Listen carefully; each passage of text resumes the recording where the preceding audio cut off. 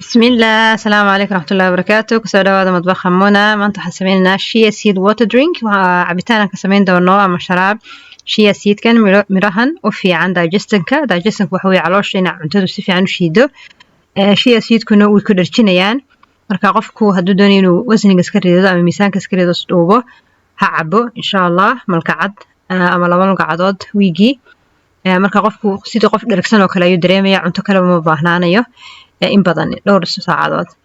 Insha Allah vitaminka usii basano iyo proteinka waxaan ku sii dareynaa iyo nafaqada liin dhanaan. Marka wada aragtiin ayar baan u jarjaray. Baalkan yar baan soo qaatay, waxaan ku shubayaa fresh mint leaves.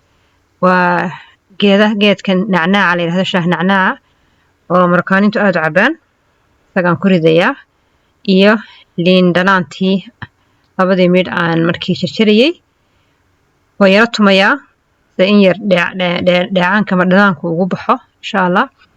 Hal malqacad ayaan soo qaadayaa. Marka biyahaygu waxa weeye 500 ml.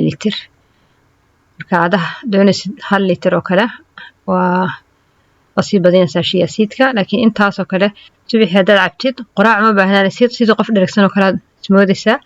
وقفك سدوني نسلوه طبعا نفقنا ولا هي iyo caafimaad. Wakaas waa diyaar.